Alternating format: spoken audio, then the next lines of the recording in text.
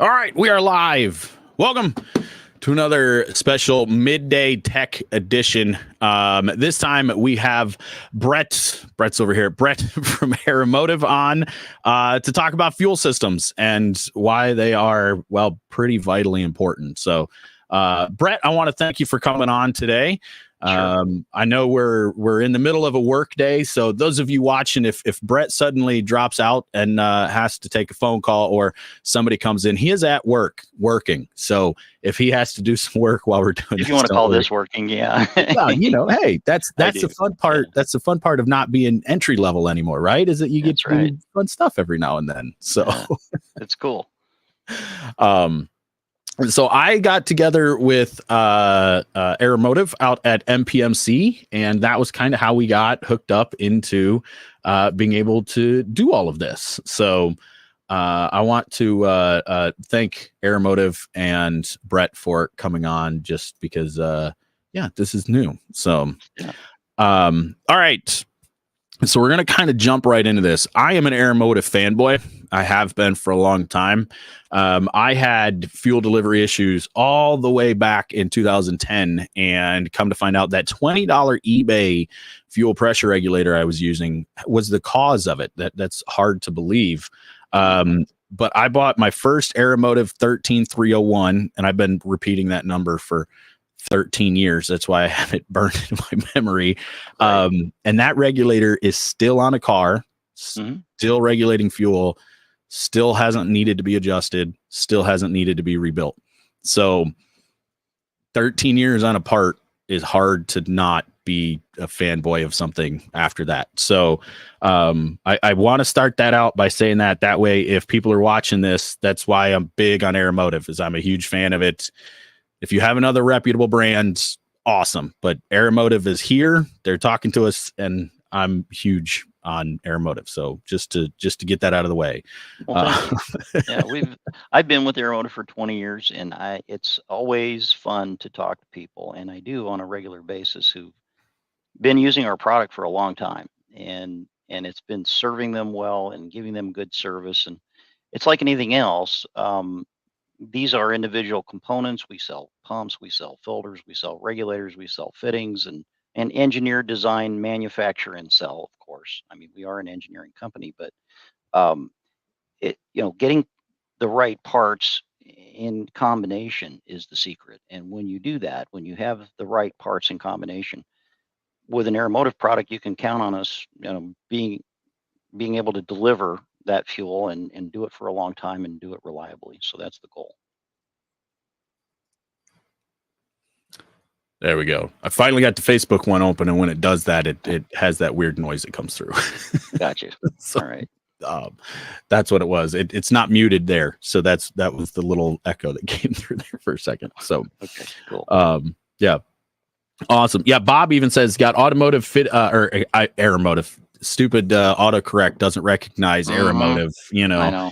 Yep. I'm sure you guys get it all the time. It's not automotive. Sure. Right. Right. Oh yeah. Got Aeromotive fittings connecting my fuel lines. Been there since 2010. Zero issues. So Bob's another guy that's had stuff on for 13 years. So, Awesome. Yeah, that's great. Yeah. And Doug and Gary, thank you for the stars, my friends. Make sure just hit the like button if you're watching. So, all right, we're gonna jump into this. We're gonna try to keep some of this centric to what we do, guys and gals, but just know that Aeromotive has some pretty cool stuff that we're gonna talk about too, like their brushless pumps, which are insane. And if you are into cars, the sheer fact that they can deliver 10 gallons a minute of fuel through an electric pump is insane. And we are going to talk about that as well. So, yeah. So the one thing that I get all the time, we're going to start with regulators, because this is the thing I try to tell people all the time: get a good regulator. Because a cheap regulator, the pressure is going to vary up and down so much, and just it causes so many problems between tuning, heat, all of that. So can you kind of fill us in on what makes a good regulator? Like why would something like Aeromotive be the choice to go over like a $30, Amazon regulator? I mean, they look the same. They're both red and white or red and black. What's the difference past the color? A lot of those regulators that are out there are, in fact, To be gracious, counterfeit. In some cases, they're, or I should say, maybe to be gracious, they're knockoffs. In some cases, they're Yeah. counterfeit. They say our name on them, and they're not actually Aeromotive. But it's a great question, and it's a question we get every day. What regulator do I need, and which one's going to work the best? And the way I, the way this works in my mind, and the way I talk to people about it is everything we do is pump centric. The objective in setting up a fuel system is to first have a pump that's going to do the job. It's going to provide the flow at pressure that's required. And then with that pump in mind, we have engineered all the accessory components that support that pump effectively. That is the right filter, the right size line, and the right regulator. And regulators are on the surface a very simple device, right? It's a spring and a poppet and a hole on a bypass regulator. And essentially, the pump produces a flow, which when the flow exceeds what the injectors will put in the engine, in the case of a fuel injection engine, or in a carburetor, when the needle touches the seat and the bowls are full, basically the pressure starts to rise and a bypass regulator opens and relieves the excess flow back to the tank. And that keeps the pressure stable. But at idle, 99% of that fuel is going back to the tank. At wide open throttle, depending on how big the pump is and how much the engine uses, you might have 70% of that volume going into the engine and 30% going back to the tank. And so this regulator has to adapt to a changing amount of fuel to return back to the tank and maintain the proper pressure. And that's an engineering solution. Having the right poppet, the right sized and the right length orifice in the regulator, having the correct spring to deliver a constant force across a range of compression and extension. These are very nuanced things, which no knockoff regulator, no $30 regulator is going to have that engineered solution built into it. It might look the same, but it isn't the same, and they don't work the same. And that's why people come to Aeromotive. That's one of the things that people will use an Aeromotive regulator on just about any fuel system, because of the reputation we have for maintaining, controlling pressure and keeping things correct across the load range is one of the things we do well. Now, you said I've tore apart probably half a dozen of these cheap ones, and you know, they all really do look similar, because it's exactly as you say. There's some sort of diaphragm and valve in it. There's holes in it, and there's a spring in it, and there's a way to adjust the spring. And it's crazy to me how some of these, the copies, right? Because it's pretty obvious when they share the exact same shape and the exact same colors as your regulator. It's pretty easy to see what they're going for. To some extent, they've attempted to knock off our design. Right. Yeah, they're trying to draw on your market. And it's crazy to even see. I have literally taken one apart where the spring is broken. In it, broken in half from out of the box. I had one where there was actually a piece of aluminum smashed into the return by the little ball that was supposed to be blocking it, so it would never close. There was no chance that it would ever close all the way. And if you're lucky, that just stays there, doesn't continue through your fuel system. Right. Or doesn't go back in the tank and then through your pump or whatever. Yeah. Right. Now, you say having the regulators matched to the pump. Can you have too big of a regulator? Because I'm fully will admit the 13301, it'll support a significantly higher amount of fuel pressure than horsepower than I'll ever be able to generate. The fuel flow is insane. Is it, and I recommend it to people because I have a personal experience with it, and I like having the extra ports, because I'm going to, with the car that I'm doing, I'm going to be running a pressure gauge at the regulator, and I'm going to actually be running a pressure sensor for data logging. I have the capability, so I might as well. So having the extra ports is nice for me, but a lot of people don't need that. Can you go too big on the regulator here? If you're just buying a regulator to throw on the system you already have, is there a way to go too big? Obviously, you can go too small if it'll choke the flow. which I doubt you guys have a regulator that's EFI that would choke most of our stuff being, 200 to 250 wheel horsepower. Right. Yeah, there is a relationship there, and that's so what we've done to get the most out of an Aeromotive fuel pump. We engineer a regulator that's designed to be able to bypass all of that flow, but not necessarily a lot more. Because on the flip side, when you're at wide open throttle, the efficiency curve of the regulator is critical, meaning you you want to be able to bypass all that fuel and set the pressure at 40 or 50 or 60 in the range of adjustment that we advertise. But at the same time, you want when that fuel's going into the engine, the more the engine takes, the less that's left to bypass. A regulator that's oversized on the bypass, that has a bigger bypass than you need, will drop pressure sooner, and you won't get as much horsepower out of that pump because it's starting to chatter the ball on the seat, because the curtain area, the size of the hole, and the diameter of the Okay. hole, when it's off the seat 50 thousandths, a bigger hole has a bigger curtain area, Right. and flows more fuel, and so it won't be as efficient. So Okay. if there's a mistake made in picking a regulator from the get-go, if you pick one that's got a bigger bypass than it really needs, you're just giving up efficiency. Okay. And efficiency, I think of it in terms of the more fuel I put in the engine and the less fuel there is to go back to the tank, at what point is it going to start to drop pressure? And no regulator is perfect. Okay, there's going to be a pressure drop before the ball touches the seat, but you want to have the minimal amount of pressure drop possible, and that's going to give you the most horsepower out of any given pump. So sizing the regulator of the pump is important. When somebody calls me on the phone and says, Brett, what regulator do I need? My first question is, besides is it carbureted or fuel injected, is what pump do you have and how Yeah. much does it flow? And then I'm going to pick the regulator that I know is as small as it can be on the bypass and still handle that pump, because I know he's going to get the most efficiency out of that regulator. Okay.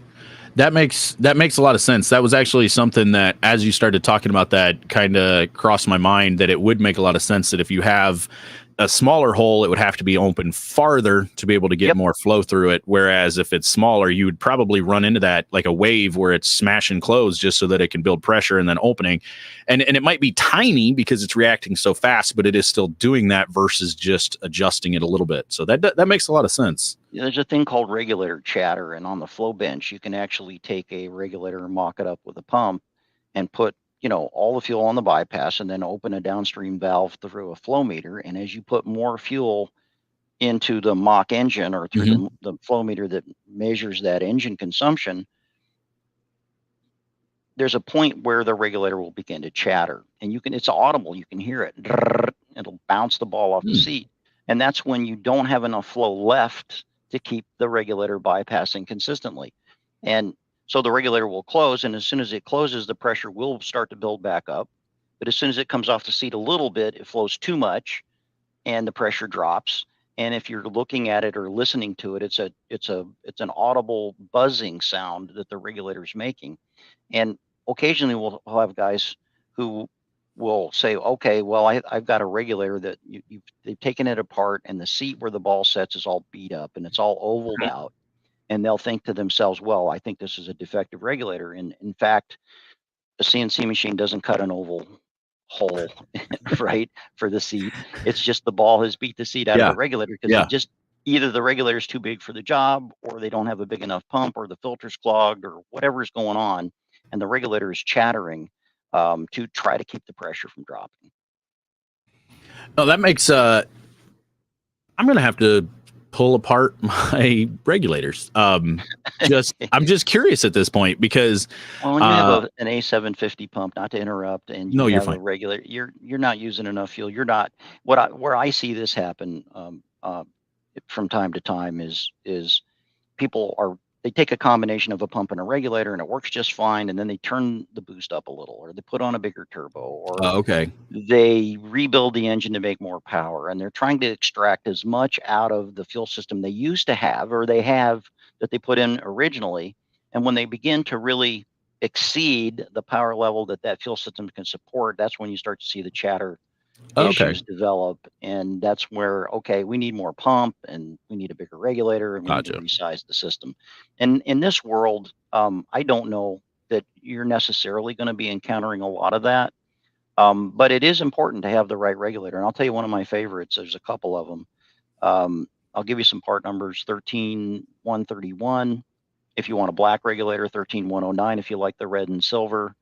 Also a 13138, which is a little more machined, a little more svelte or smaller, but still has that robust spring and poppet that I like. Any of those three regulators would be great, and they're all -6, which is typically, I'm sure, what you're running for fuel line, right? It's what most people should. I that is one where I did want to. I run a A750. Most Okay. guys are in the like a Walboro 255 range. Hmm. That's kind of the Which is universal. plenty. Yeah. Yeah. And that's a Um, 500, 600 horsepower fuel pump on a gasoline yeah, engine. yeah. And so so this is, I believe, this one here. That's a Um, 13130, I think, or okay, 31. okay, Go to a 13. Type in 13131. 13. Wait till Okay, you get the thumbnail and click on it. there we go. The A1000-6. Yep. Correct. Okay. Now that regulator's got a little bit bulkier body, Mm-hmm. okay? So it's not quite as small, but it has a much larger diameter, taller spring, and it's got a more refined poppet assembly. Okay. That's gonna really work well. And try a 13138. Which actually I think that is oh no, that's the 105. I really like this. I really like the looks of this one, by the way. Mm-hmm. Just Yeah. it's a little different style Yeah. than the how That's we the typically plumb them. 13129 we were just looking at, but it Yep. just has, instead of 3 number 6 ports, it's got a gauge port on the other Yeah. side. Yeah. Which this is and we'll discuss why you might want 2 versus 3 here in just a moment when Mhm. we get into plumbing it. What was the number you had just said? 13138. Okay. Oh, there we go. There it goes. Yeah, you gotta click again. So now that is the more, machine to be more compact and Mhm. lighter version of a 13131. That's the same basic cap, spring poppet, but Okay. the bottom half is just a little bit, and there's a couple of different views you've Yeah. got there, Yeah. that you can see, where they've just cut some material out of it, tried to minimize the mass involved, make it a little bit lighter and a little bit smaller. Yeah. And then I do want to point out too, and this is one that we'll kind of touch on in a bit with fittings, because these have the ORB ports, which are an Hmm. O-ringed port. Right. Whereas, and just to show everyone, this is the regulator that I run. This is the one. If you guys have ever asked me this Hmm. is what I always recommend. This is the Yep. 13301. That's a Um, great regulator. and it's funny enough. The reason I went with this one was I needed a regulator literally the next day. It was Wednesday and I had a race Hmm. on Friday. And so this at the time was the only one I could find in stock that I could next day through, I think, Summit or one of them. And so Right. that's why I went with this one. Yep. Incredibly And popular regulator, by the way. yeah. Very popular. But it's all 3/8 NPT. So Hmm. this is all NPT port stuff. So that is Correct. something to keep in mind when you are getting a regulator, is what fittings it uses. And this works out really well for me because we have a crap ton of 3/8 NPT fittings Yep. at the shop. It's been around So forever. 3/8 pipe has been the standard to yep. convert to AN and regulators and fuel pumps going back 60, 70 years, Yeah. right? The O-ring Boss stuff we kind of brought to the front when we started 25 years ago. It says hydraulically a superior sealing convention. Hmm. So what pipe thread is it's a tapered male and a tapered female. And basically when you drive that male NPT fitting into that female port, you're driving a wedge. And the way it seals is by as you run it in, the fitting gets larger in diameter and it has to bind the threads to seal, which is why you use, some proper pipe thread sealant, PTFE paste or whatever on the threads, and then you run it in and you have to get it good and tight so it's going to seal. It's there's great that tech bulletin is one of many. Um, I wanted to bring this up just to show the guys that didn't necessarily understand the difference between NPT fittings yep. or AN fittings. And then, so the O-ring, the ORB is sort of a cross because, and I looked, there wasn't, you should have them update this with the ORB stuff. Cause it's not on that chart. Cause the ORB has an O-ring, which I got to switch back over to here so you can see it. It has an O-ring here on the threads, but it's not tapered, correct? It's just more like a bolt with an O-ring at the top. Well, the port fitting. So let's talk about that. AN. So this tech bulletin covers the topic of AN versus NPT, but more interestingly, AN is a mil spec kind of a definition of tubing or piping or hose, and the AN number is the number of 1/16 of an inch of an equivalent piece of tubing. So in other words, 6 AN is the equivalent to 6/16 or 3/8 tubing, and 8 AN is 8/16 or half inch, and 10 AN is 10/16 and 5/8. And the AN sealing convention is either with an O-ring or with a 37-degree flare. So when you're looking at that 16 AN fitting and that little taper on the top that you see, that's a 37-degree flare. Your hose end has a 37-degree female flare, and when you thread the hose end on, it pulls those two male and female flares together to seal it. But on the port side, it's the same thread. A 6 AN port is the same thread as a 6 AN hose end. It doesn't have the point on it because it's not going to seal on the point. It has an O-ring instead, rolled over the threads up to the shoulder. And there's an actual, a properly machined ORB port it doesn't just have like a chamfer. It has an O-ring receiver groove, and it's radiused. And when you screw the fitting in, that O-ring is actually compressed into that receiver groove. And when you get that fitting tight, you're basically just snugging the face of the port up to the face of the connector, and the O-ring does all the sealing. And that's just in the long run, it's just a more reliable way to seal. So you can actually see here. I can't. Oh, actually, maybe if I click on this, it will let me. Click the magnifier and blow it up. Yeah. So here, where the hand is actually a machined groove for the O-ring to be receptive. To be received in the regulator itself. That's a receiver groove is what we call it. And you can see the leading chamfer and then radius that rolls that O-ring. So when you screw that fitting in, it actually gently inserts that O-ring into that receiver groove. And then when you get it tight, that O-ring is completely encapsulated, and that's what seals. Gotcha. Now, is there any difference in flow?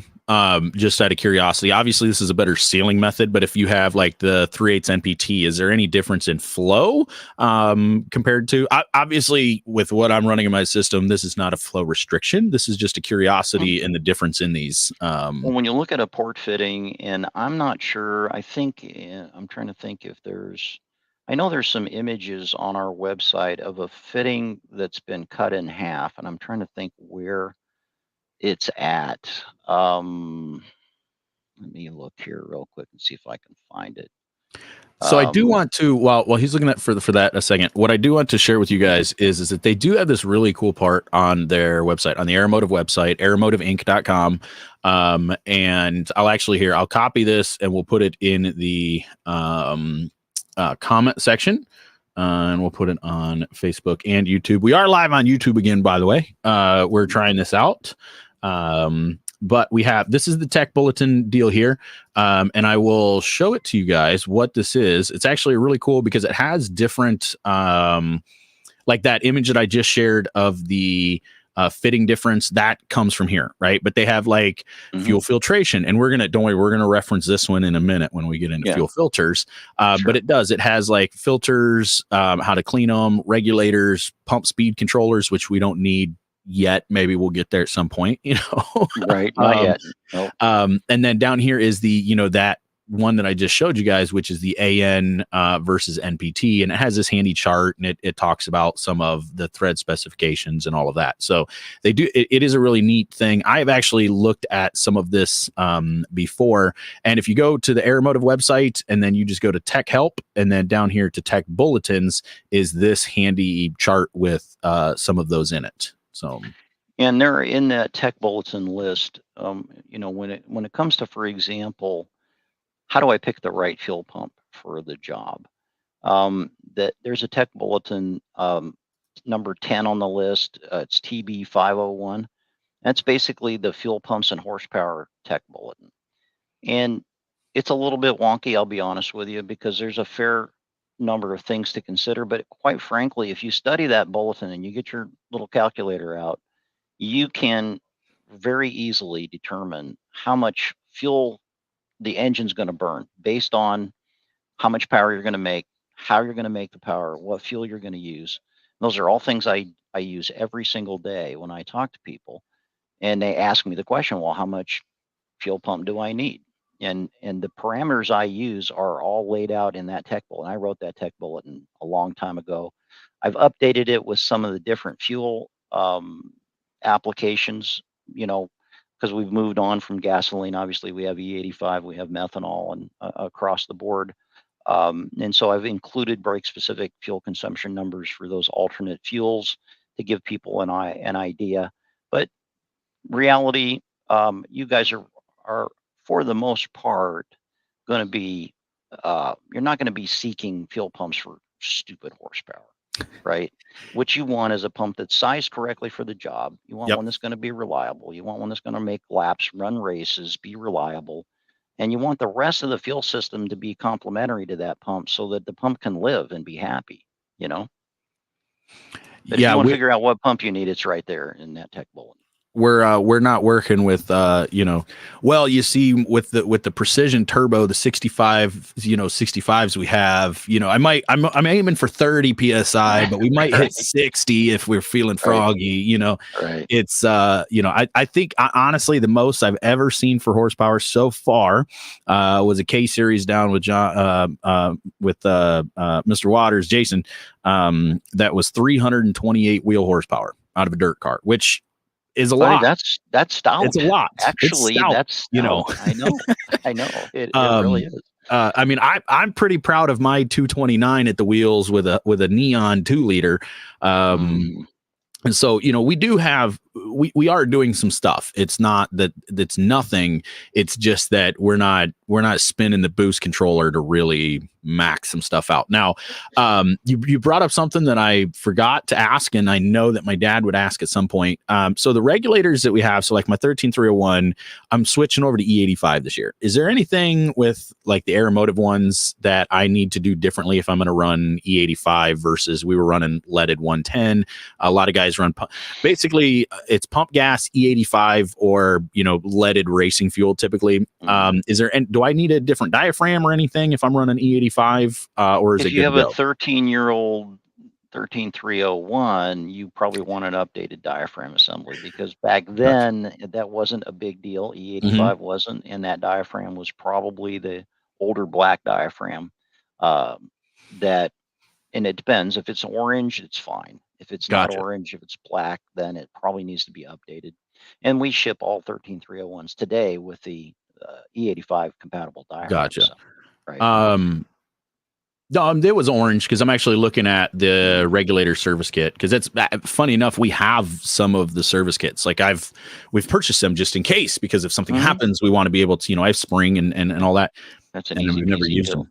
We've never needed it, but they've always been the same color. So I do have the orange. Now that one, the 13-year-old one, I actually sold and has been sold again. So it's actually it's on its third owner. The one that's in my car, the last year's car, I think was like 3 years old. So it's definitely much newer.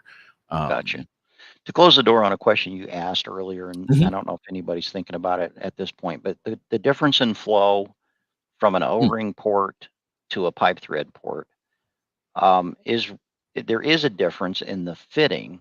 That when you look at pipe thread, because of the nature of pipe thread, the way you're driving a wedge, the wall thickness in the fitting is stout, because otherwise it will collapse. Because as you run it into that tapered port, that's what the female port's trying to do, is collapse the male fitting. Yeah. And the male fitting has to be stiff enough that it won't collapse when you tighten it up, to where it'll get to bind the thread sufficiently to seal.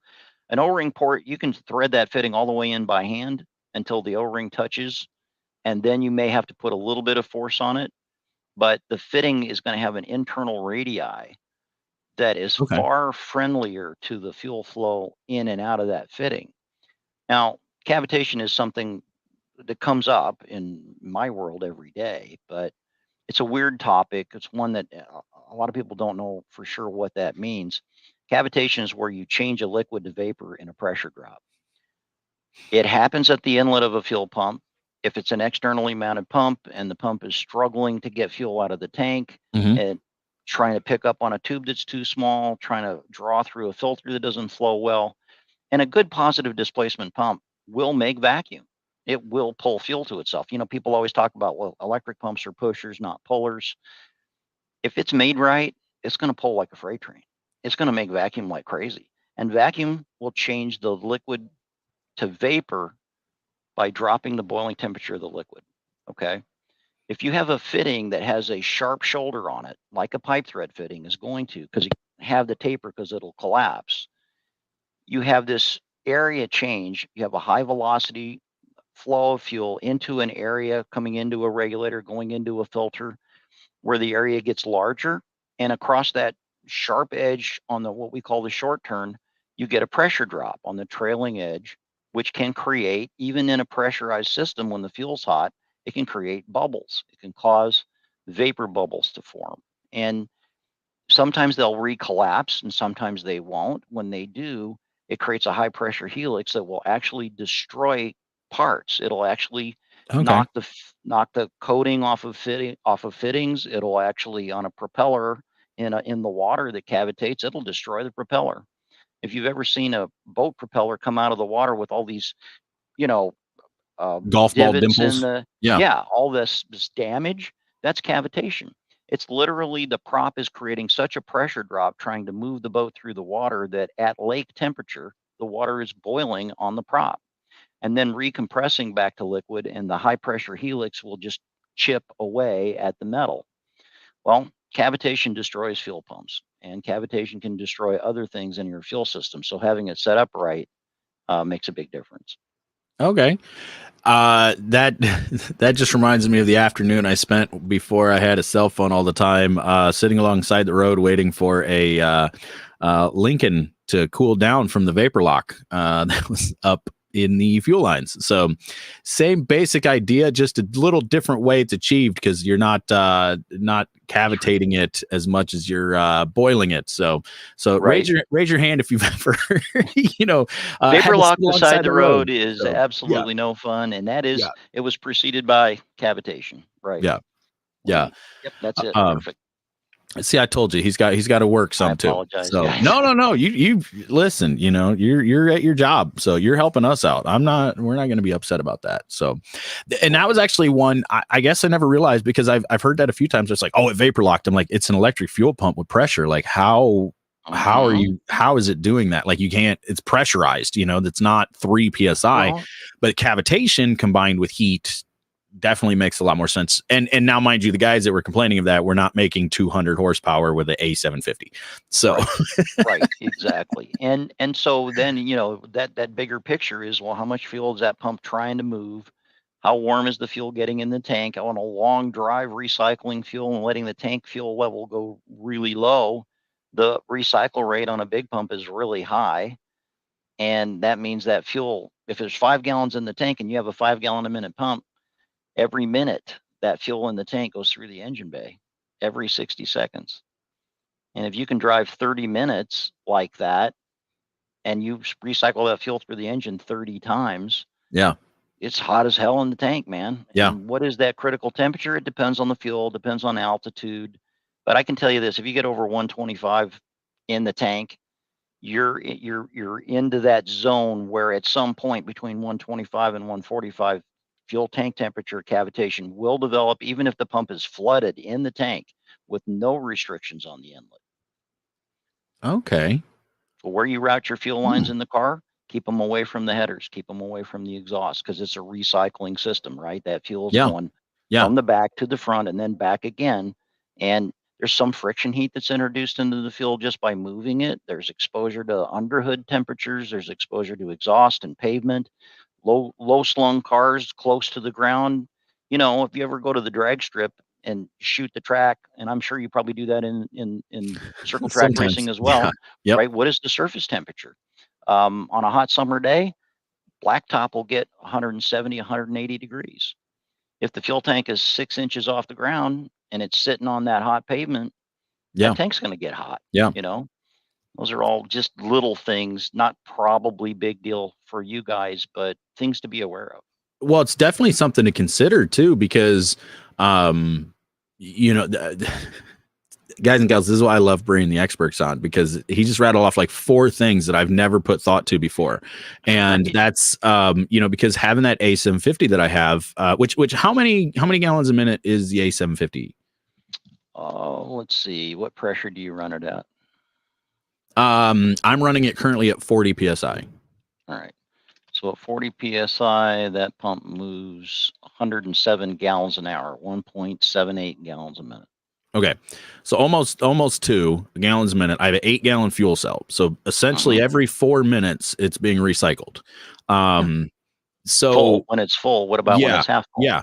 And the thing is that there's a lot of guys and gals that have their exhaust really close to either their fuel cell or their stock tanks, adding heat. And it might be, I've got a couple guys that have complained to me that it always feels like they're losing power the last little bit of a long race, or, stuff like that. And I'm just getting a little curious if it isn't even just a fuel density, not necessarily, a cavitation issue, but, if it's very, very close to its, cavitation point, if it's temperature point there, it could be that it's lost so much density that it's just the tune is off. Well, cooler fuel is historically been known to make more power. Now, is it a big deal? I don't know, and I've never really tested that. But you know what? Cool cans in drag racing have been common for a long time, and getting that fuel cold is going to make it denser, and it's going to make more power. So there's that, and then of course, as the fuel gets hot in the tank, and if you start to see, so cavitation can start out as a very it can get progressively worse. Let's put it that way. Yeah. So when you start to entrain small vapor bubbles in a liquid that you're trying to inject into an injector through a fuel rail, you're displacing liquid fuel with vapor. And in a hydraulic system, which is what your fuel system is, that fuel is no good to the engine as a liquid. It has to turn to vapor. Right. It is absolutely no good in the fuel system as a vapor. It has to stay a liquid. Yeah. Right. So you got to keep it from beginning to cavitate and develop those micro bubbles in the system, so that the injected volume is the same per millisecond of open time, no matter where you are in the event or how deep you are into the race. Yeah, that's. I kind of want to try to set up a temperature to see what the temperature of my fuel is. It'd be great to drop a probe in the tank and go race and see how hot it gets. Yeah. I'm the other. My even thought is just sitting there idling, like just let it sit there and return. Not even necessarily that the engine's running, because it doesn't take hardly any fuel at all. I'm returning most of it, just to let it sit there and return and see how long it takes to build temperature. That might be something that we do just for science on that one. This is why I bring experts on, ladies and gentlemen. Well, if nothing else, I'll cause you to ask questions. Yeah. Now, you brought something up, and this is another one I want to talk about, is returnless style versus return style. So my setup, a Neon from the factory, is returnless. So regulators built into the canister. And that's essentially how I have the car set up now, because it's way easier to go pump, regulator, right back into it. Now, my system, again, is overkill. It's ladies and gentlemen, my system's overkill. I've said this since I've done it. I've got dash 8 lines. I've got the big regulator, the big pump. I don't see a pressure drop when I crack the throttle, at least not in the shop, and not that I've seen it on the dyno that I've watched. Doing a returnless style where we have the regulator at the cell versus having the regulator up, say, right off the fuel rail, or something like that. Is there anything really that I need to be, or guys and gals should be worried about with having like a return style where it's back at the cell, or is it something where I need to get that regulator up in the engine bay and get it as close to the fuel rail? Can you elaborate a little bit on which might be better or worse, or why? Sure. Well, okay, so let's look at, and I'm an old fart, so let's look at the history on this, right? From 1986 to 1998, you couldn't buy a car that didn't have a regulator on the fuel rail and a return line back to the tank. Mm-hmm. The reason is because it's a superior fuel system, and it's a dynamic full flow. All the fuel the pump can pump goes through the rail all the time at the right pressure, and any kind of change in the state of the injector related to engine load, throttle change, rate of angle, acceleration enrichment, all of that is going to be optimized if the fuel is in the rail flowing at the right pressure. Okay. What happened in 1999? Why did we go to returnless fuel systems? Any idea? It was easier and cheaper to assemble and produce, would be my guess. That's a common guess at it. Didn't have anything to do with it. It had to do with EPA and evaporative emission controls. So EEC, or evaporative emission control standards, became much more stringent in 1999. Mm-hmm. The OEM, basically, if you drove the car for 12 hours and parked it in a room, sealed up, and measured the VOC off the car, there was a standard. Okay. And that standard changed in 99.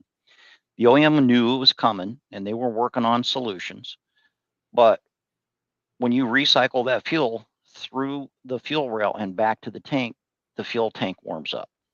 Mm-hmm. After a 12-hour drive, parking the car in a room, you couldn't put enough charcoal filters and enough crap on the tank to meet the standard. So what they did was they put the regulator in the tank with the pump. Now, at that point, you've stalled the fuel system. That fuel line going to the engine and the fuel rail are no longer recycled, Mm-hmm. right? So what happened if you're looking at the time frame and the tech books on the cars, fuel pressure went from 40 to 60 psi in 1 year. Okay. Yeah. Okay? Did that because trapping the fuel in the lines and trapping it in the fuel rail means that localized temperature of that fuel is going to skyrocket because it's not recycled anymore. The tank stays cool, but the fuel in the fuel rail and the fuel in the lines gets a heck of a lot hotter, right? So they had to raise the pressure to keep it from boiling in the fuel rail. Okay. And that wasn't enough.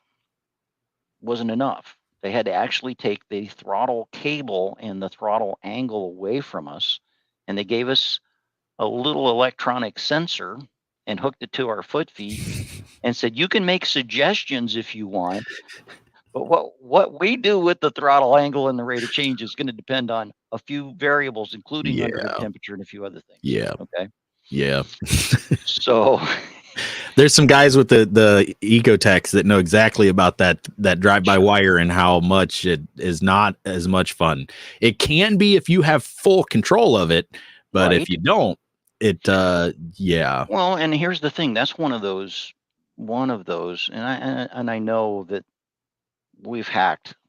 I say we, as a community, we've hacked these ECUs, and we have access to reprogram them in various ways. But the OEM was extremely protective of that algorithm and that control of the throttle, because if you screw it up, the throttle is, your foot's doing one thing and the throttle's doing something else altogether, and that's no good. People die, right? That unintended acceleration. Does anybody remember that?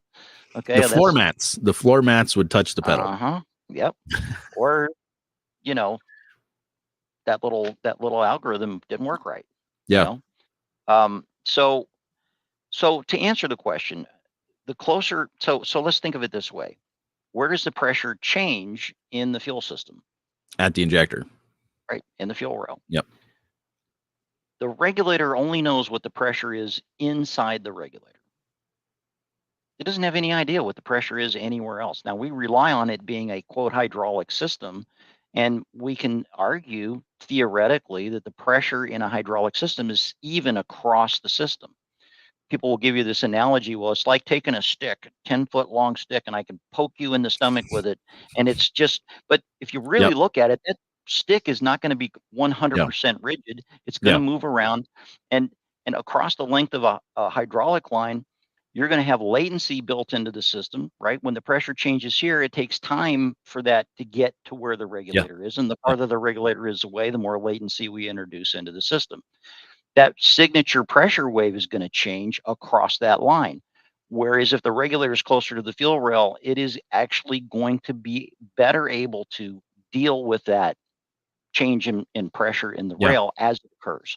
Now, would you really know the difference? Would there really be? I don't think wide open throttle air fuel ratio would really be impacted, but I think throttle transition is definitely something that is going to be impacted. And the closer the regulator is to the fuel rail, the better that system is going to react to your instantaneous change of throttle Yeah. opening. This is actually where that is the reason why I went Aeromotive, was because I was running into issues where the car was down on power, and the regulator didn't actually fix it because it was wide open power out on the track. And, Yep.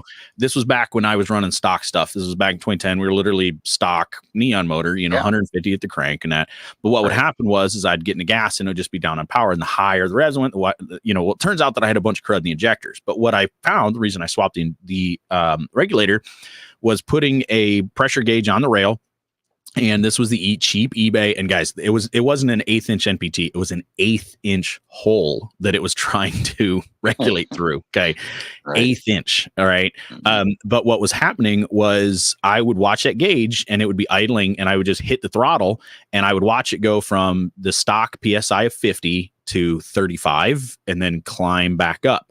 And then you'd hit it again and it would drop to 35 and it'd climb back up. And the only thing I switched was to the Aeromotive, the 13301, and I would watch it go from 50 to 48 and right back. Like it would just go, put it. And I'm like, okay, cool. Like now we've got, and I did notice like starts and restarts when I would get in the throttle, it did feel like it had a little bit more power because it had the fuel that it was supposed to. Now having the Dash 8 and having all of that and the excess, just, way more of a buffer, I cannot think of the name that I'm trying to think. But to be able to absorb that pressure, to be able to absorb that wave, but you do have that where when you crack the throttle and what's that? The bigger diaphragm and the poppet assembly. That's what the regulator is really is it's a pressure regulator / pulse damper, right? And it absorbs those fluctuating pressures and adapts and tries to basically smooth them out. Yeah.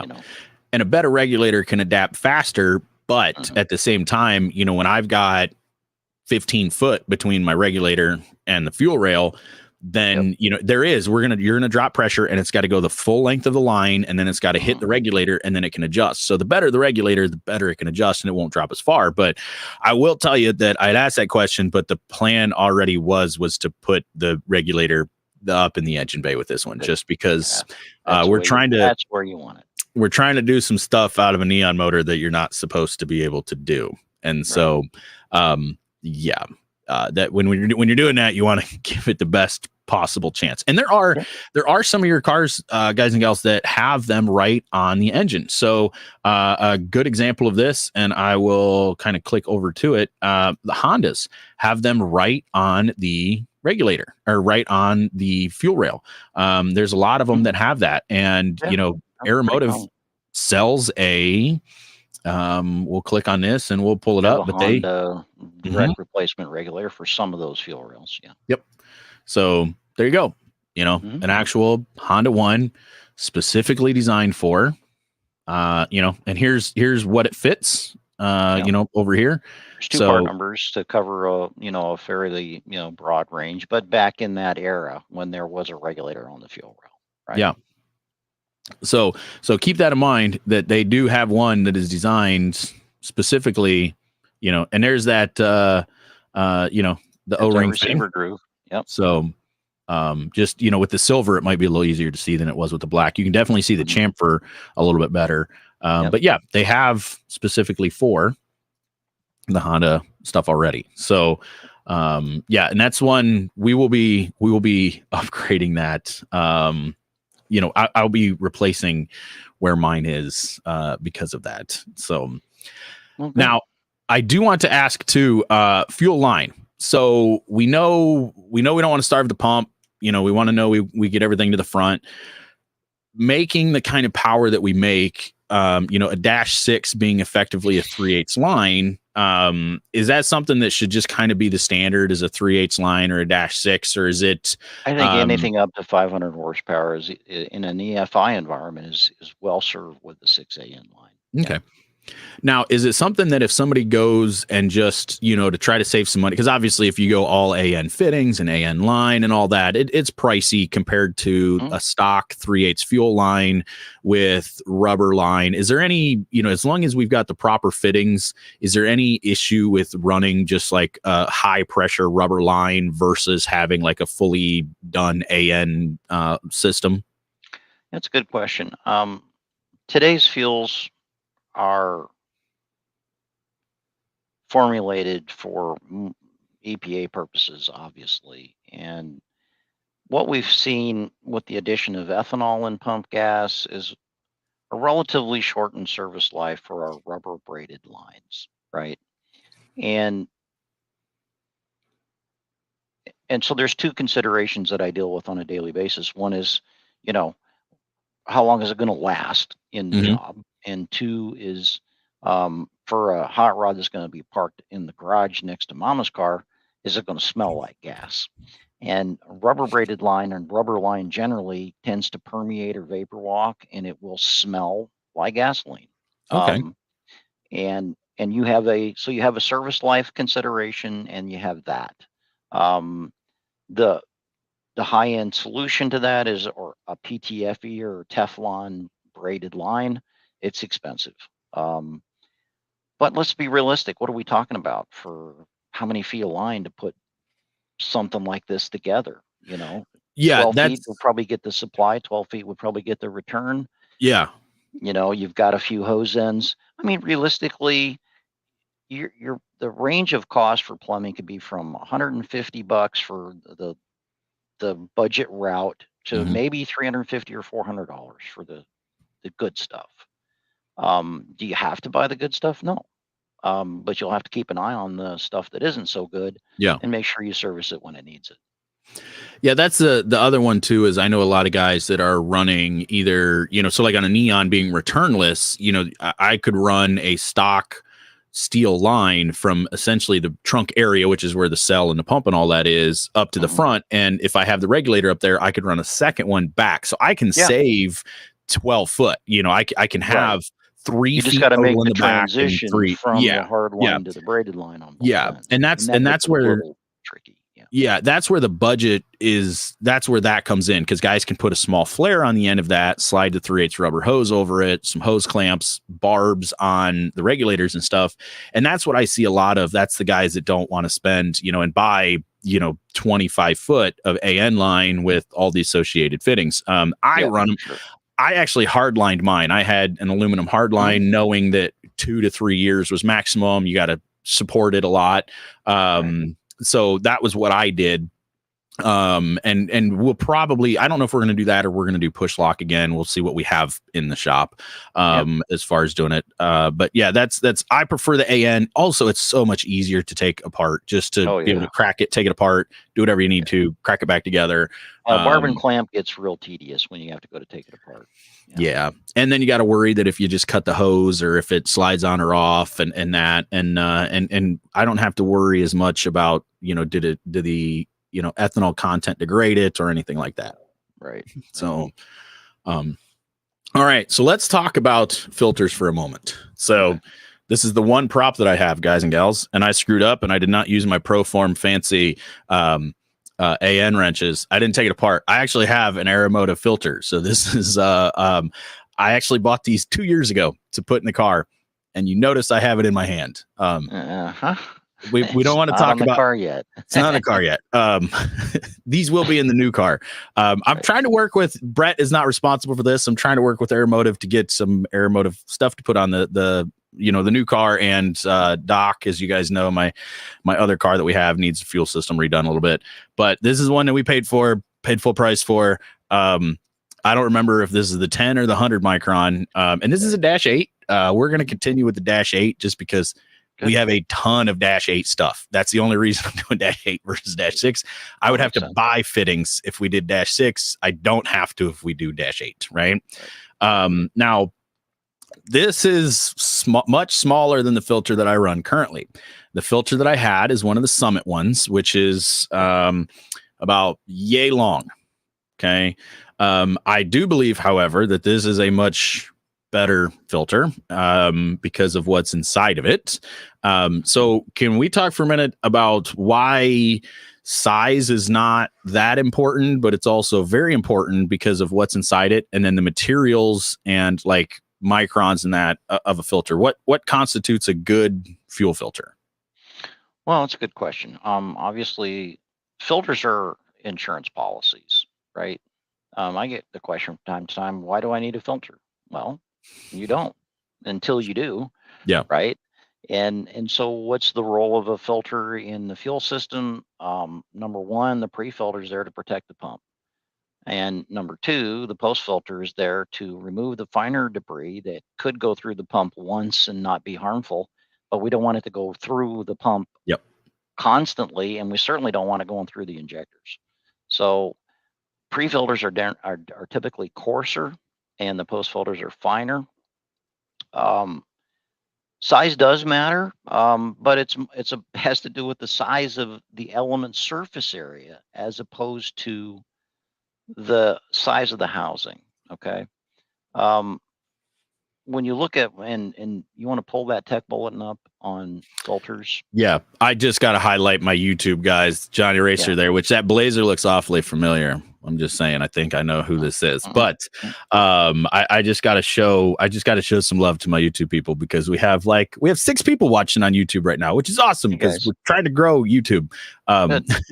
So thank you all for being here, YouTube people. Thank you, Facebook people too. Okay, so we're pulling up the tech bulletin, and we're going to pull up the first one. So this one is the pre-pump fuel filtration. And actually, let me back up and just show you guys where this is. We're going to go straight back to the Aeromotive homepage. We'll pull this up and I'll show you guys how to get there, so you can look at these pictures and you can read all of this yourself. So this is the just aeromotiveinc.com. Okay. Just homepage, right? Which these are the 10-gallon. We are definitely going to talk about those just because they're so cool. Tech help down here to tech bulletins. And then the first thing, fuel pre-pump fuel filtration. Okay. Bam. If you have an external pump, then you have a choice to make here. If the pump's in the tank and it's got a built-in sock, you don't have to worry about a pre-filter. But if it's an external pump, then you want to protect it, then you do have to be concerned with the pre-filter. And this is maybe a gross exaggeration. It's a true comparison of a disc style filter element and an Aeromotive pleated filter element. Now you'll see filters that are a barrel style filter like our element is, but they may only have 10 pleats around the actual filter. And that's one of the Summit filters right there, right? The blue one. The difference in element surface area is the key. Okay. And if you take that thing, pop the end caps off, and you lay it out flat, and you measure the width and the length of the material before it's actually pleated and then wrapped into an element, the micron rating is the size of the hole. 100 micron is a big hole. It lets 99 micron diameter particles through. It stops anything that's 100 or bigger. It's a fairly coarse filter. And with a large amount of surface area, the key is to protect the pump without keeping the fuel from getting in. You want to prevent the debris from getting in, but you don't want to hold the fuel up. You want that pump to be able to draw through that filter as if it weren't there. Because what does that do? That minimizes vacuum at the inlet of the pump, and that minimizes cavitation and hot fuel handling problems later. Okay. So pre-filters, they're not all created equal. You can have, in this case, 500 micron filters, and you can see there's a pretty dramatic difference in the amount of surface Mhm. area that is on each element. The bronze and stone filters and the disc filters, I just stay away from them, guys. They just aren't going to work for you. Okay. Okay. So post filters, that's the next Mhm. question. You can kind of Okay. back out of this We'll pool. go back up one and post Yeah. pump fuel filtration. Right. And again, the same fundamental principle of surface area, and back to that middle page Okay. right there. So you can see the pleated filter above the disc element, right? So that little element is the one that came out of that trick flow filter, and that big pleated element is the one that came out of the Aeromotive filter. It's pretty obvious which one has more surface area to flow That through. I'm not even going to joke. That honestly, I didn't even realize that was two filters. Yeah. That looked more like a zoom in of the filter material. Right. Oh, So that's actually an element.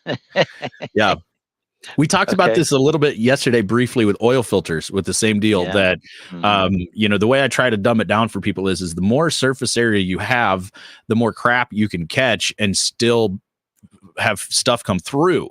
Because if you say you pour sand in there and it starts sucking sand up, each grain of sand is going to plug a hole. It's how many grains of sand can you stop before you stop fuel. That's why this is so vitally important to have so much more surface area, as long as it's a quality filter. Well, the pores, you only have so many pores to flow Mhm. through. And as the filter does its job and removes debris and the pores clog up, if you only have, 10% of the surface area, your service life on that element is going to be significantly compromised. Scroll down to the next page. Okay. So what happens when, and what these are these are inline gauge adapters, okay? What I'm showing you in this bottom image is a gauge on the inlet of a post filter. So what are we doing there? Well, how do you know when to change your fuel filter? True. When it becomes a restriction. Right. And how do you know when it becomes a restriction? You wouldn't unless you had a way to tell pressure before and Well, after. do you wait till the engine Yeah. rattles and Yeah. detonates, or do Yeah. you actually monitor the filter, or Yeah. just do you just get in Yeah. the habit, and some people do, of just changing the element on a regular basis? That's what we would And do. and and that's fine, but are you spending money you don't need to spend? Are you servicing it frequently enough? So what happens when a filter clogs up? Is it, and this is, now we're talking about a filter after the pump, is Mhm. it presents a restriction to the flow coming from the pump and builds pressure. Okay. So if you have a filter that's doing its job, and you have a gauge on the regulator and you have a gauge at the inlet of the filter, they should match, Yeah. right? I mean, the Yeah. fuel pressure set for 40 psi under the hood. And keep in mind, we're not talking about a returnless system now. We're talking about a system where you're flowing through the filter to the regulator and then back to the tank. So the constant flow from the pump is the flow the pump produces. The engine may not be using that fuel, Yeah. but it's flowing through the filter and then going back to the tank. So 1 second here. Let me go get rid of this. Updates popping up on my screen. Oh, you're good. And it When the makes sense pressure's, too with it go makes ahead. sense too with this, just because you wouldn't notice this at the rail, because your regulator is going to know your pump is producing less flow, but your regulator is just going to close the hole. It So your just pump will adapts. work harder, and then Yeah. once the regulator hits the point it needs to, it'll cool it down. So you're not going to notice a flow restriction through the filter, because your pump is just going to have to work harder. Until the You engine won't be starts for bypassing as much fuel. fuel. Yeah. Right. Until the Yeah. engine starts for Yeah. fuel, or the pump fails, Yeah. or you go into cavitation and hot fuel handling problems far sooner than you should, because the pump's running at 80 or 90 psi trying to push through that filter, getting hot and not being cooled by sufficient flow. Right. Yeah. So putting an inline gauge adapter on the inlet of a filter and monitoring that pressure. If you're having issues with filters, or you're not sure if the filter's flowing like it should, this is a no-brainer way to find out. Yeah. And we do sell these inline gauge adapter fittings in a female to male arrangement as well. So we have a 6, in this case, that's ORB to AN6 or Mhm. 8 or 10. We have a female -6 to female to male -6. So you can just literally install a gauge in any fuel You line could undo the connection. line you already have Yep. and Just put it in insert the there. gauge in between and boom, you have a way to see I'm gonna what have that to filter restriction looks like. I'm gonna have to get me one or two of these. Yeah. Because listen, this is why I have people that are smarter than me and better than me at this stuff on, We just so I can learn stuff. Yeah, I'm already, so this is solidified where my regulator is going to go. And this has solidified that I'm adding another gauge to the system so that I can have this. Yeah. Yeah. Now fuel filters, E85, leaded race gas, pump gas, anything that I need to be aware of or we need to be aware of as far as the filters go. If we're selecting a filter or selecting the material in it, is that E85 going to damage it all? Because I know we have, we have the stainless screens, which, is shown right in some of the pictures here. This one is obviously a paper material. That's a paper element. Versus which, okay, there's those two apart, which shows that little disc. Okay, that makes much more sense. But like we showed, this one with the pre-pump is a stainless element. So is there a difference for E85 or anything that's going to matter between these two? That's a good question. So ordinarily in regular fuel, gasoline, diesel fuel, a cellulose, fabric, paper filter is fine. When you get to ethanol and methanol fuels, they have a couple of characteristics. First of all, they're far more corrosive, right? And they strip and clean everything they touch. So an ethanol or a methanol fuel system is just going to have more trash in it to begin with because of the solvent characteristic of the fuel, right? And when you put E85 in a tank that's had gasoline in it for a long time, it's going to strip all the gasoline shellac off the inside of the tank, and it's going to go right to the pump and the filters. Okay, so the first couple of filters on an E85 conversion, you're going to need to watch. But ethanol is hygroscopic. It attracts water. It'll suck it right out of the air and build moisture in the tank. And moisture, when you wet a paper element, it's going to swell shut. Okay. Because that fiber, that cellulose material will swell up with water. Okay. And as it swells up, it'll close down. We see it in marine applications, okay, where guys will try to run a paper filter in a boat, and if they get any moisture in the tank and it runs through the filter, it'll swell the filter shut. So we run microglass 10 micron filter material, which is a microfiber mat sandwiched between two layers of very fine wire, very coarse stainless to give it support. It's co-pleated into an element like this. So it looks stainless on the surface, but the filter is actually a microfiber mat in between two layers of stainless. And it's a 10 micron absolute filter, and it's impervious to ethanol and methanol. Okay. I'm actually looking on the website right now to be able to pull this up to you can go to a 12650 element if you want. Okay, we'll go.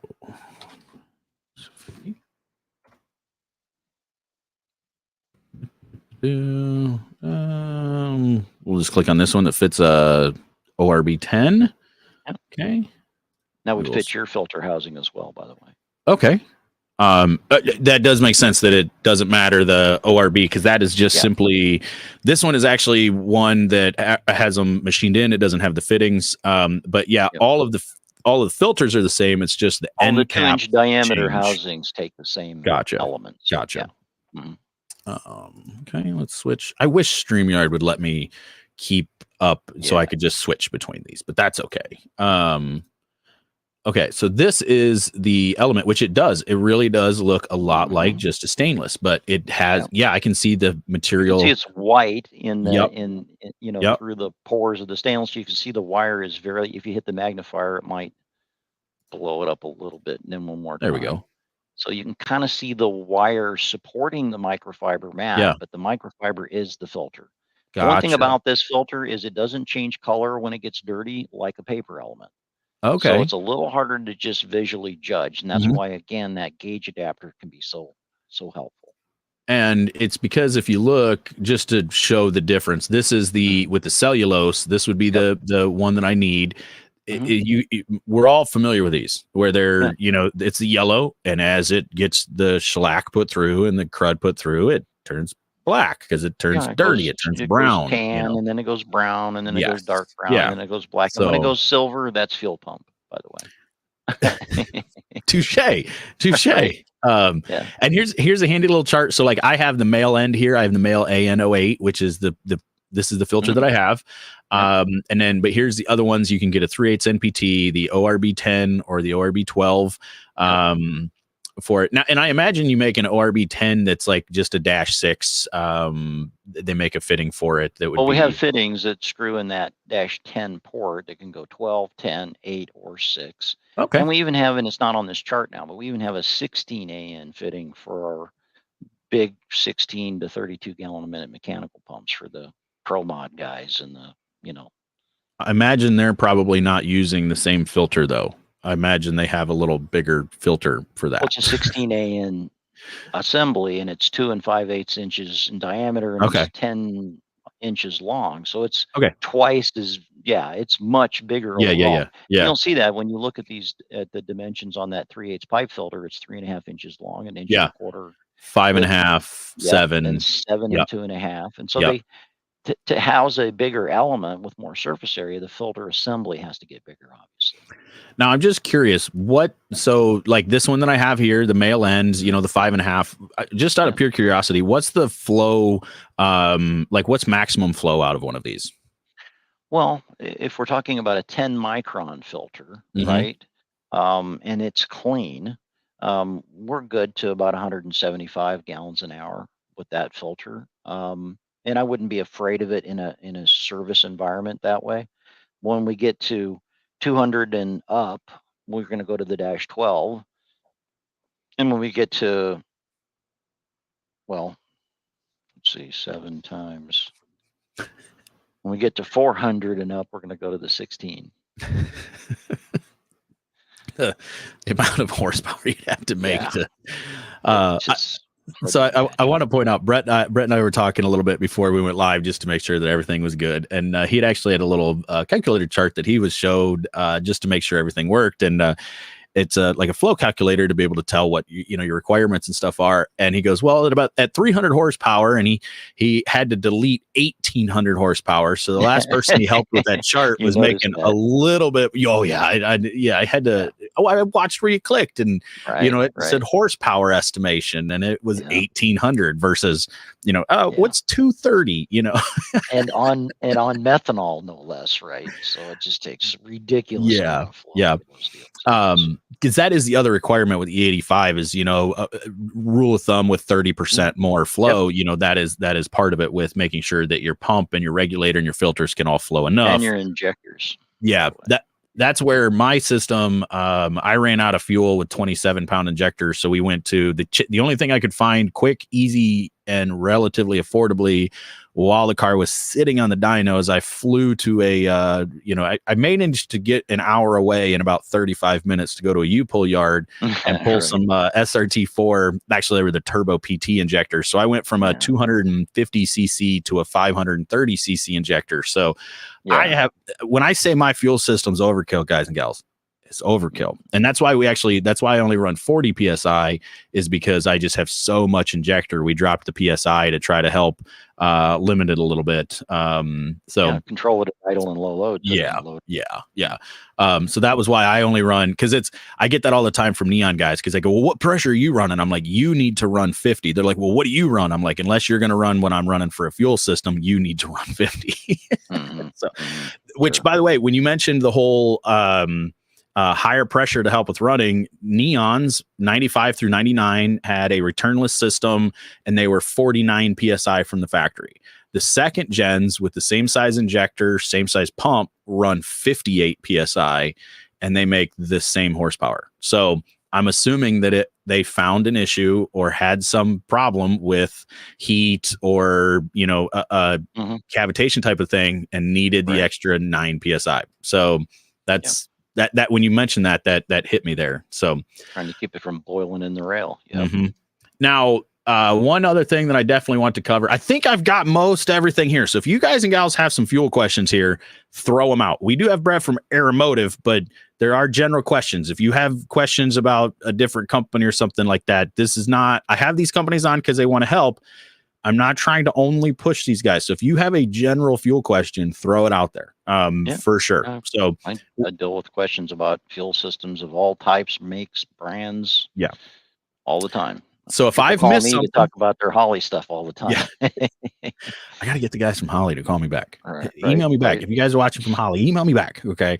right. I understand MPMC, get a lot of stuff. Even Brett, who wasn't at MPMC, is dealing with a bunch of MPMC stuff. So That's all right. the one thing that I do want to talk about too is fuel line size pre and post pump and return, because this is one that I hear about all the time. Well, you can run a 1/4 inch line off the regulator because it doesn't matter, like the return line. And in my head, every time I hear that, I just hear restriction. And so like my regulator isn't going to be able to work as well because it's got a restriction later. So it has something that's stopping fuel flow. So how should we be sizing fuel lines, as we're going through? Obviously a 3/8 line -6 should be sufficient. Is it one where the pickup, the pump to filter, the return, should it all be that size, or what do you think? Well, and this is simple in a sense, and it can get complicated. But bottom line is, whatever port size is on the pump, you better be using that at least for the Mm-hmm. outlet, for the suction side and the pressure side. So for in your case with an A750, it's got a number 8 inlet port and a number 6 outlet port.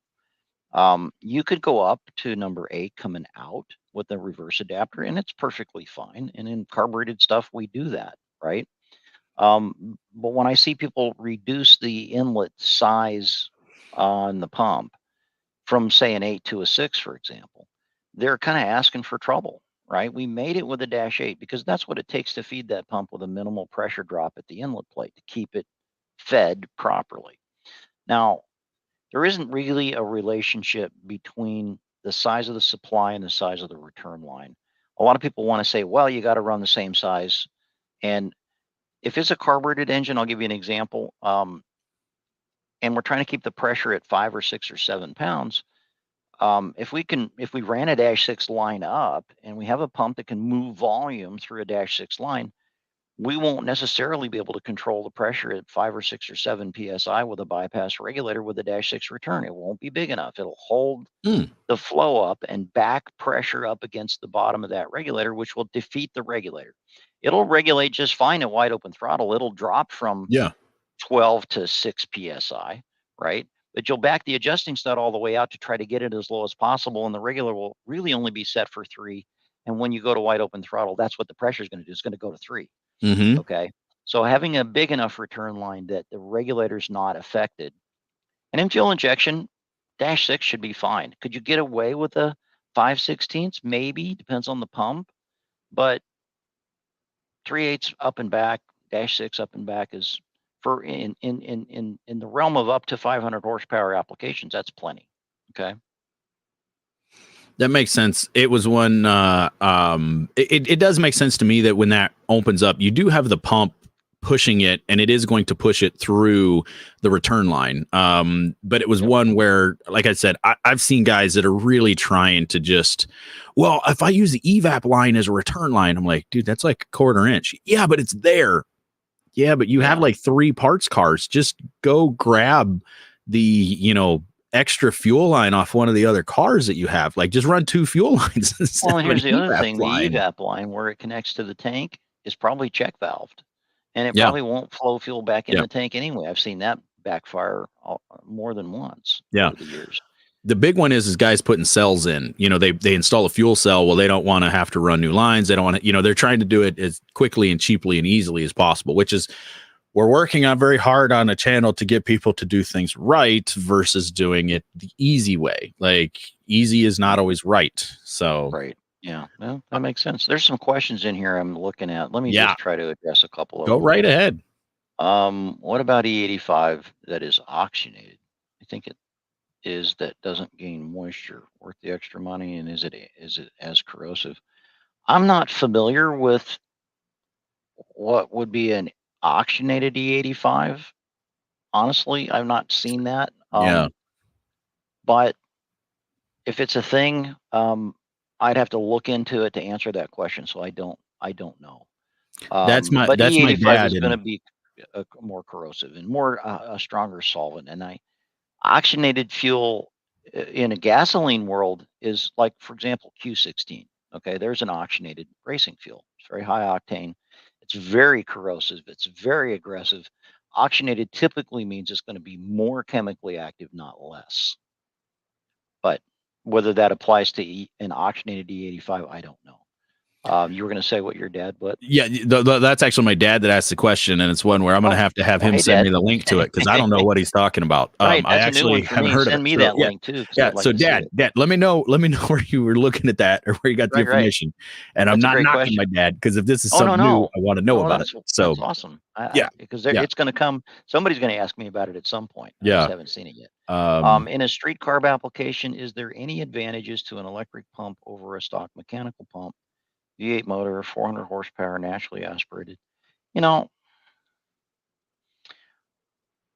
what probably the biggest challenge that carbureted street cars have today is hot fuel handling and vapor lock because and trust me, I bought one in 1985. The last carbureted car we built in America was in 1985, and 86 and on, it's been fuel injection. So what they don't formulate, and back in the Obama era and back in the Great Recession, what we wanted to do was cash for clunkers, and everybody was supposed to send their carbureted car in to the junkyard.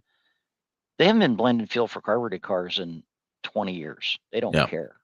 So if you have a pump in the tank and one of our Phantom pumps in a tank or one of our Stealth tanks with a pump already installed inside, in some cases those are available for some of the older muscle cars, with a bypass regulator and a return line is extraordinarily good at maintaining proper pressure and avoiding the hot fuel handling and vapor lock problems. So is a bypass regulator an electric pump better? If it can be implemented correctly, yes, it is. It'll do a better job of feeding the engine. It'll keep the fuel from getting too hot, and you'll avoid vapor lock and hot fuel handling problems much more effectively.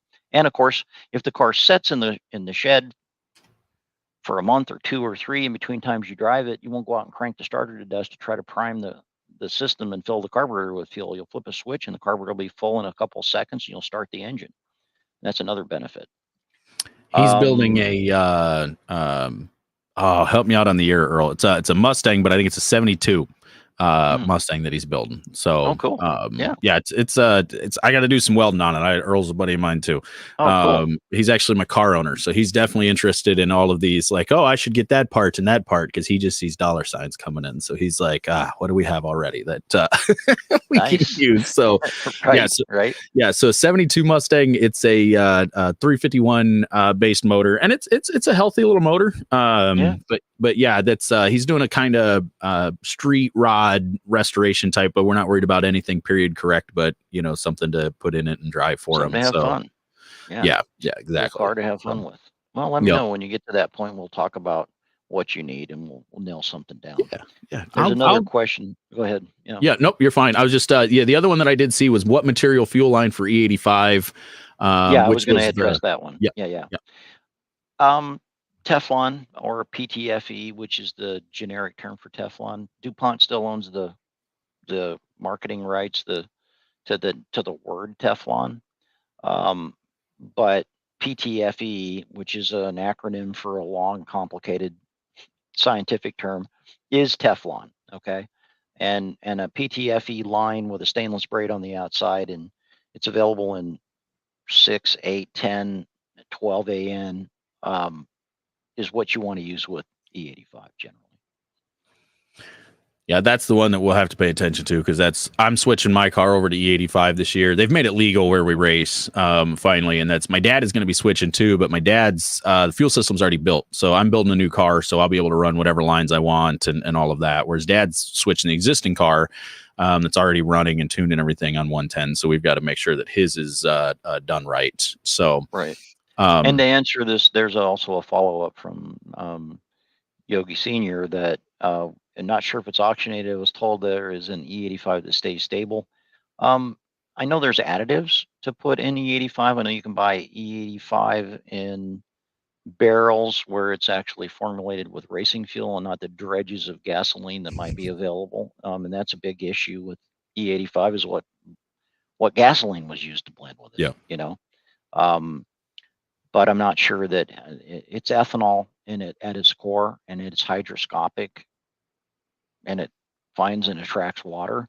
I usually tell people if the car's going to sit for more than a month, pump the fuel, use the return off the regulator, stick it in a jug, fill the jug up, get it off the ground, set it on a shelf off the ground, and store the fuel that way in a sealed container.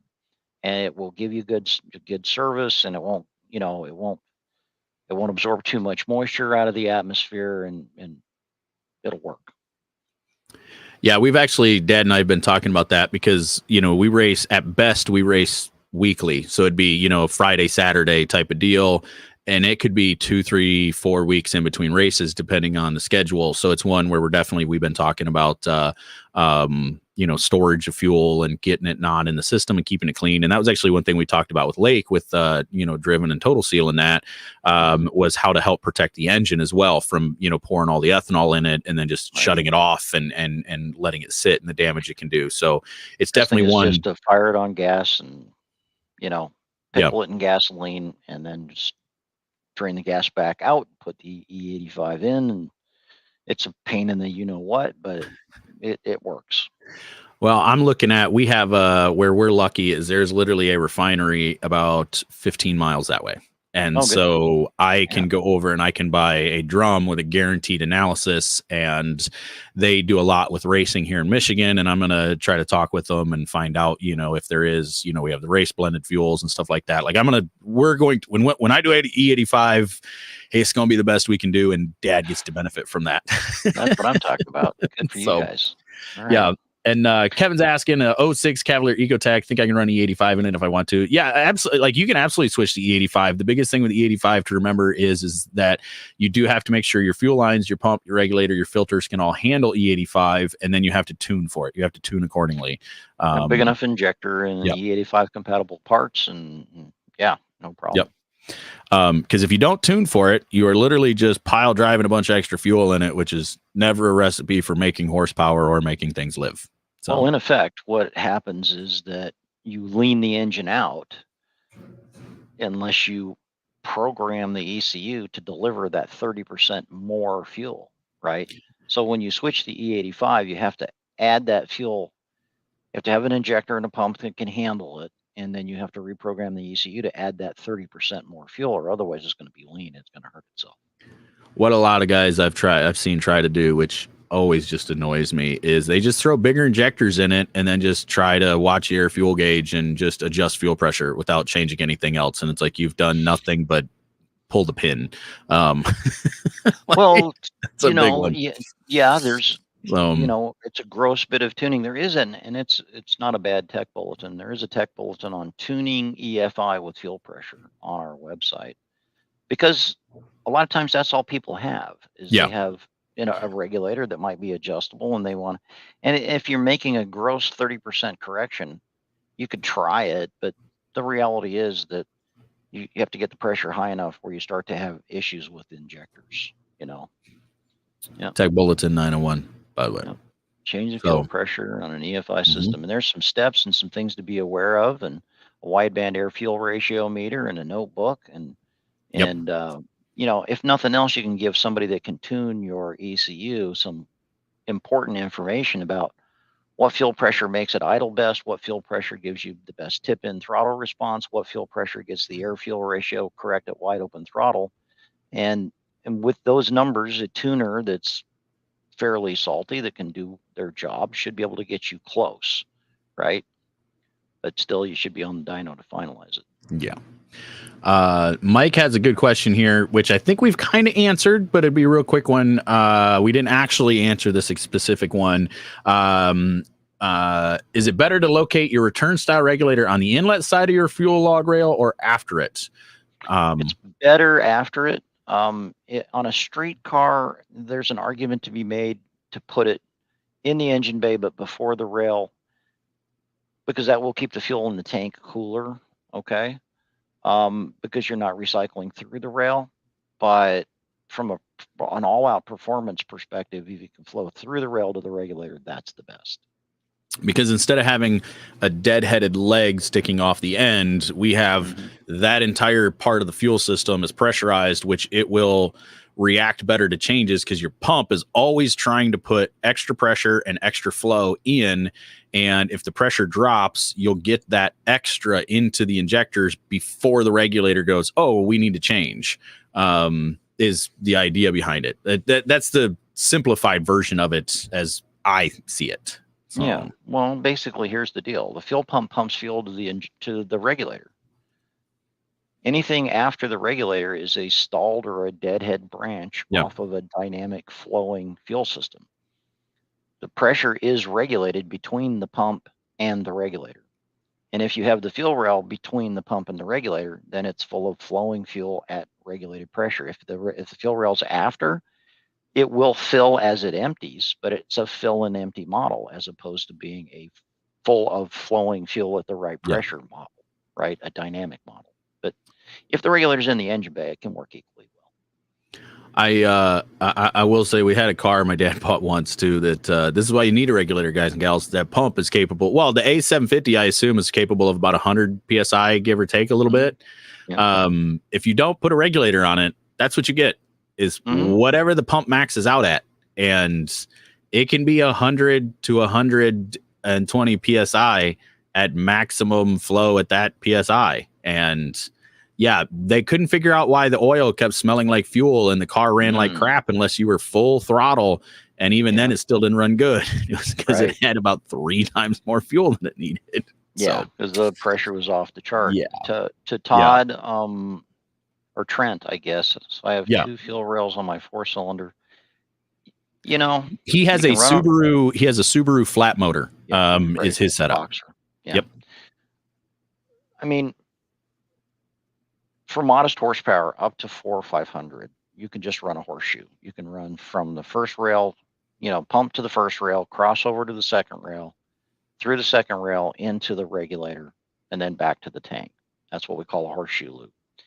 And if this was a turbocharged deal and we were trying to make 600, 700, 800 horsepower, then I would take my supply line and split it on a Y, feed both rails in parallel, and then put the regulator on the other end. So you come out of each rail into each side of the regulator and then out the bottom back to the tank. But up to 400 or 500 horsepower, there's probably not a lot of benefit to that. So how fancy you want to get, Trenton? Yeah. I have a Trent, a Trenton, and a Trenton that all like to watch and comment. And Trent is actually a Trenton as well. So I always like to make that joke, Trent or Trenton, So sounds good. All right, guys, I'm probably getting to the point where I'm going to have to roll. I don't want to cut us off. No. You've I think we've got most everything. Dad, I'll answer your question about the firewall. I'll help you plumb it up. But Brett, thank you so much for this. I absolutely appreciate you taking the time out of your day. I've learned a bunch. This is kind of the point of this. I just have conversations with people I want to talk to, and everybody else gets to learn from it. So I appreciate it greatly. If you guys and gals want to see some really cool technology, you do need to go check out the brushless pumps from Aeromotive. They have a 10 gallon a minute brushless pumps, and the brushless pumps are so cool because they're pulse width modulated and they can adjust flow just based on current. Like you can tell it that at idle you only need like a half a gallon a minute, and then at full boogie you can give it the full 10 gallons, so you don't have to sit there and recycle 10 gallons Go check them out. Yeah, We the were going true to talk variable about speed feature is pretty cool. And, if you guys have any questions, you can call us on the tech line. It's 913-647-7300. If you dial 2, when the automated attendant picks up, that'll roll into the tech department. And we have a number of really good techs here. And if there's a question they can't answer, they'll get you to me. there. We threw the phone number in there, so if you guys and gals see it and you need, go right ahead. But yeah, if you've got questions on if you want one of their pumps, one of the regulators, filters, any of that, give them a call. They can absolutely help you. And look, you can call them up and tell them you're running cheap Amazon stuff right now and you want to make the best of it that you can. Whatever, they're here to help. They're not going to judge you. Okay, I might judge you a little bit depending on how much Amazon stuff you got, but they won't. Okay, we're just here to help. So you guys have a great time and be safe this year. Yeah. Thank you again, sir. I absolutely greatly appreciate you being here with us today. No worries. All right. So that was series 2, our second technical guest during our day show. So I know that this during the day thing is a little weird for a lot of you because, heck, let's be honest, I'm usually late. So it's usually me coming on at like 10 instead of 2 in the afternoon. What's happening is these companies, I'm asking them time and dates that work for them, and we are doing that because Brett just gave, with the time that we talked beforehand, Brett just gave us 2 hours of his time, and Brett's job is important enough that 2 hours of his time is significant to be talking to us about what everything that we need to run, right? Pumps, regulators, and all of that. So I am a big Aeromotive fanboy. I have for a while. Okay. 2010. Like I said, I run the 13301, all of that. A huge fan of all of it. Just run good stuff. Okay. Spend the money on a regulator, spend the money on filters. If nothing else, guys and gals, just pick the company you want to pick that's quality, name brand. Buy your stuff from a quality source, okay? If you buy Aeromotive from aeromotiveinc.com, you're getting genuine quality stuff, okay?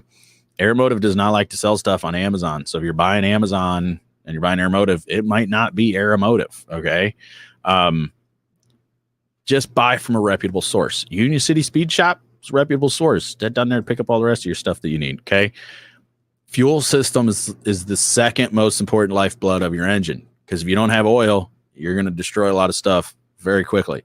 If you don't have fuel flow or adequate fuel flow, the thing's going to eat itself from the inside out. Okay. So you need to make sure it lives. And look, $300 on your fuel system, $400 on your fuel system might sound like a lot, but if you save one $500, $700 engine or one $5,000 engine, it's worth it. And that regulator I put in 2010 is still working to this day. Has not been rebuilt. The springs have not been replaced. It is still working to this day. Okay. That's what a quality fuel system can do for you, is that you put it in one time and you never worry about it again. You change your filters, you check your pressure, you're good. If I check fuel pressure and it is way off, I know something's wrong. Either the filter's plugged, the pickup's plugged, the injectors are something's wrong. Okay. Because I don't have issues, right? That's why I run the pump that I run and everything. Okay. So run good stuff. That's it for today, for the show today. Thank you for watching on YouTube, by the way, guys and gals. We were up to 12 people at one point over there, which might have been a bunch of you guys watching in the background, but we are going to try to grow our YouTube, and these discussions and that we're definitely going to be putting over there. We will have more videos uploaded over there as well, but just thank you all for being here. You guys are the reason that I can have people come on here from these companies and talk to me. So thank you guys tremendously for being here. If you have fuel questions, numbers down there in the comments. Head over to Aeromotive Inc. It's right on the website. They got a lot of good information over there. That's what I got for today. So thank you guys for being here. We'll see you soon.